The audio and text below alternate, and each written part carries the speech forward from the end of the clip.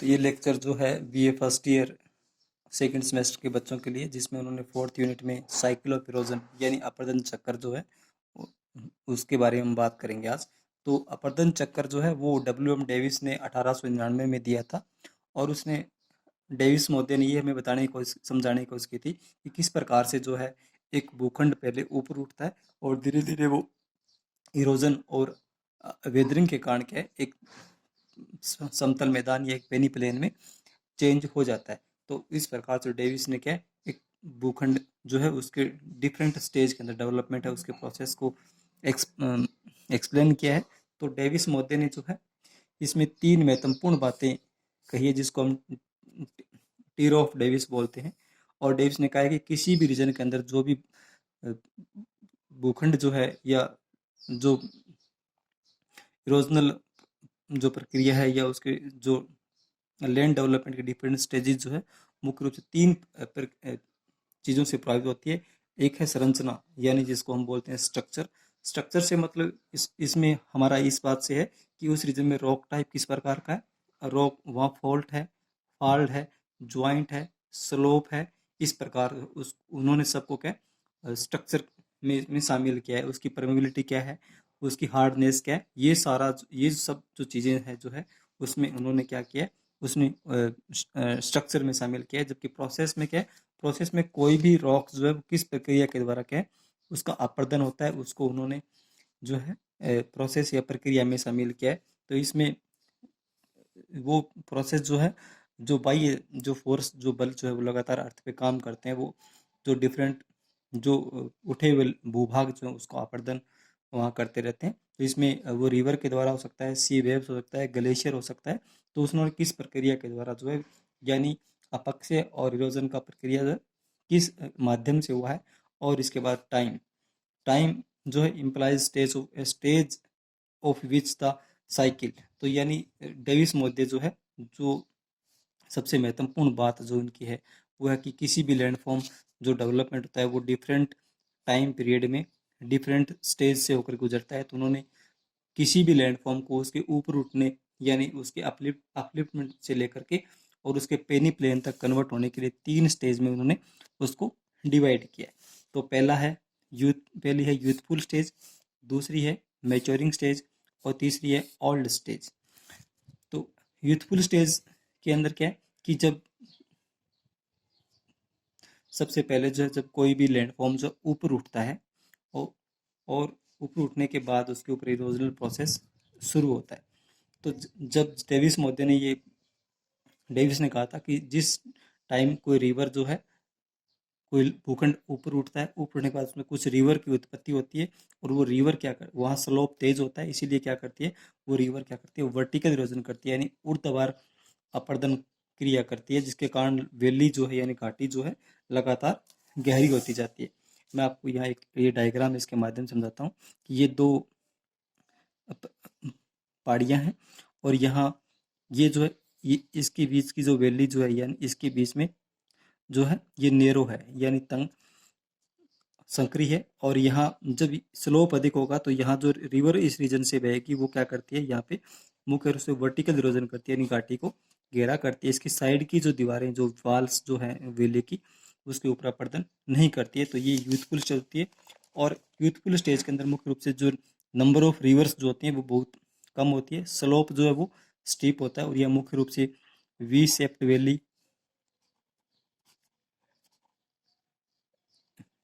Valley waterfall canyon गोर्ज इस प्रकार के जो लैंडफॉर्म है वहाँ डेवलप मुख्य रूप से होते हैं।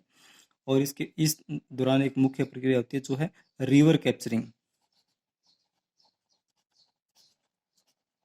रिवर कैप्चरिंग की प्रक्रिया भी इस यूथफुल स्टेज में हमें देखने को मिलती है।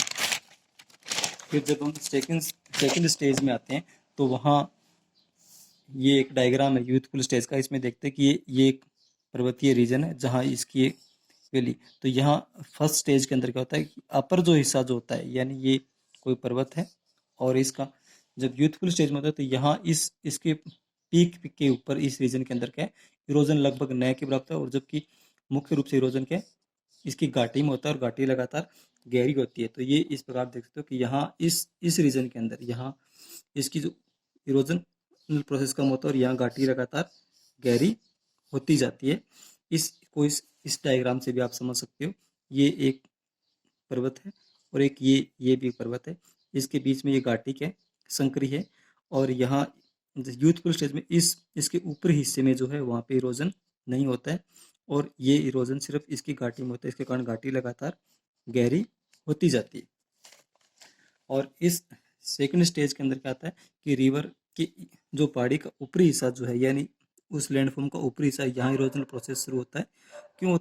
और घाटी जो है ये यहाँ से जो इरोजन होता है उसमें कमी आती है, क्योंकि यहाँ स्लोप जो है वो मद हो जाता है। और स्लोप मद होने के कारण क्या होता है कि यहाँ रिवर वर्टिकल इरोजन नहीं कर पाती है और वो अपनी जो वैली जो घाटी जो उसकी साइड की दीवारों का, और इसके कारण जो वैली जो है उसकी लगातार विड्थ जो है, देखिए यहाँ ये नेरो है और यहाँ जब ये मैच्योरिंग स्टेज आएगी तो इसकी हाइट और ये जो वैली है इसकी जो विड्थ जो है वो लगातार बढ़ती जाती है। तो इस स्टेज को हम बोलते हैं मैच्योरिंग स्टेज, या मुख्य रूप से बोट जो है ऑक्सबो लेक है या रिवर मैंडरिंग है, स्ट्रक्चरल बेंचेस है, फ्लड प्लेन है, इस प्रकार के फीचर इस रीजन में हमें दिखाई देते हैं। तो यहाँ घाटी जो है लगातार चौड़ी होती जाती है और जो भी भूभाग है उसकी हाइट लगातार कम होती जाती है। और इसके बाद ओल्ड स्टेज आती है। ओल्ड स्टेज के अंदर क्या करती है, रिवर मुख्य रूप से जो है पूरे रीजन को एक पेनी प्लेन यानी प्लेन मैदान में चेंज कर देती है।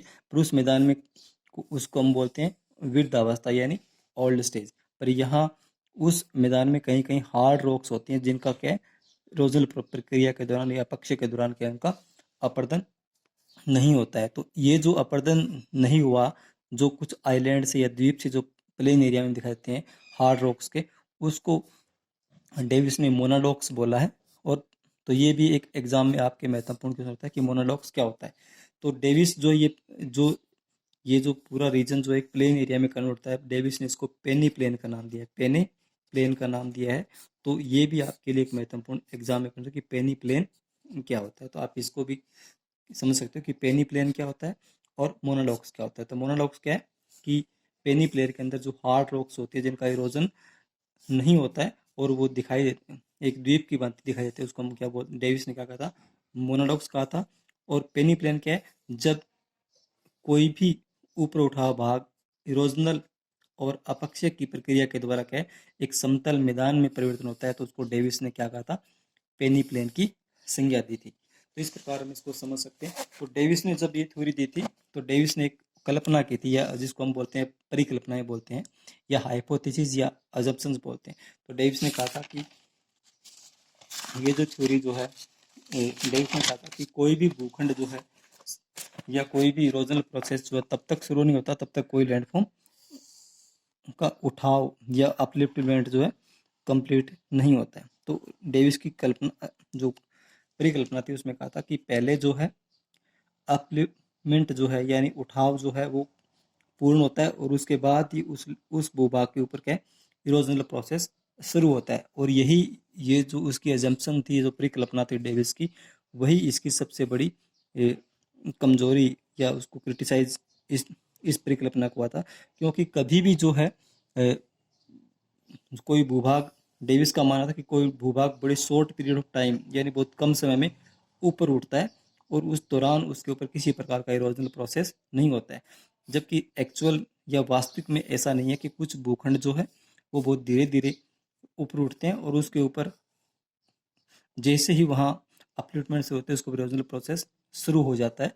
तो डेविस द्वारा ये जो कल्पना की थी कि कोई भी भूखंड जो है वो शॉर्ट पीरियड ऑफ टाइम ऊपर उठेगा और उसके ऊपर और उसके बाद उसके ऊपर इरोजनल प्रोसेस जो है उसके अपलिफ्टमेंट या उसके उठाव को संपन्न होने के बाद ही उसके ऊपर इरोजन होता है। ये इस थ्योरी की डेविस द्वारा की गई एक परिकल्पना थी और ये परिकल्पना ही इस थ्योरी का सबसे जो है लूज पॉइंट है। और जैसे हम समझते हैं कि कोई भी लैंडफॉर्म जो है वो जिसका या भूभाग जो जब ऊपर उठता है तो अपलिफ्ट कोई भी इरोजनल प्रोसेस जो है उसके अपलिफ्टमेंट होने का कम पूर्ण होने का इंतजार नहीं करते का उसके ऊपर इरोजन प्रोसेस उसी टाइम शुरू हो जाता है। तो इस प्रकार हम कह सकते हैं कि डेविस ने जो, और दूसरी बात, डेविस ने जो साइकिल शब्द का इस्तेमाल किया है वो हमेशा जो है कभी कंप्लीट नहीं होता है, क्योंकि इस प्रकार के जो लैंडफॉर्म्स उसमें मिलियंस ऑफ ईयर लगते हैं, और उस दौरान जो है वो साइकिल कंप्लीट होने से पहले ही जो है वो साइकिल रिवर जो है यूथफुल या मैच्योरिंग स्टेज में आ सकती है। तो डेविस ने जो थ्योरी दी थी उसका मुख्य जैसे क्या था कि किस प्रकार एक जो समतल ऊपर उठा भूभाग जो है वो इरोजनल और अपक्षय की प्रक्रिया के द्वारा क्या धीरे धीरे एक पेनी प्लेन में परिवर्तित होता है, और इसके बाद फिर भूखंड ऊपर उठता है और बाद में ये साइकिल जो है चलता रहता है। तो इस प्रकार जो डेविस ने ये थ्योरी दी, तो ये ही एक थ्योरी है डेविस की। तो एग्जाम के पॉइंट ऑफ व्यू से भी काफ़ी इंपॉर्टेंट है। इसमें 2-3 टर्म आई है, जब आप इसमें 3 शॉर्ट आंसर क्वेश्चन है। एक मोनोडॉक्स क्या होता है, एक पेनी प्लेन क्या होता है, और एक तीसरा वर्ड जो है जिसको हम बोलते हैं टीरो ऑफ डेविस बोलते हैं, यानी कि टीरो ऑफ डेविस में क्या आएगा, स्ट्रक्चर, प्रोसेस और टाइम आएगा। तो इसको हम, ये तीनों इंपॉर्टेंट है, और ये जो पूरी थ्योरी जो है आपके एग्जाम के पॉइंट ऑफ व्यू से काफ़ी महत्वपूर्ण है। तो आप उसको ठीक से पढ़ना। और मैं कल आपके लिए जो है नदी द्वारा जो किस प्रकार की जो इरोजनल और डिपोजिशन प्रक्रिया के द्वारा किस प्रकार के लैंडफॉर्म डेवलप होते हैं उसके ऊपर हम बात करेंगे।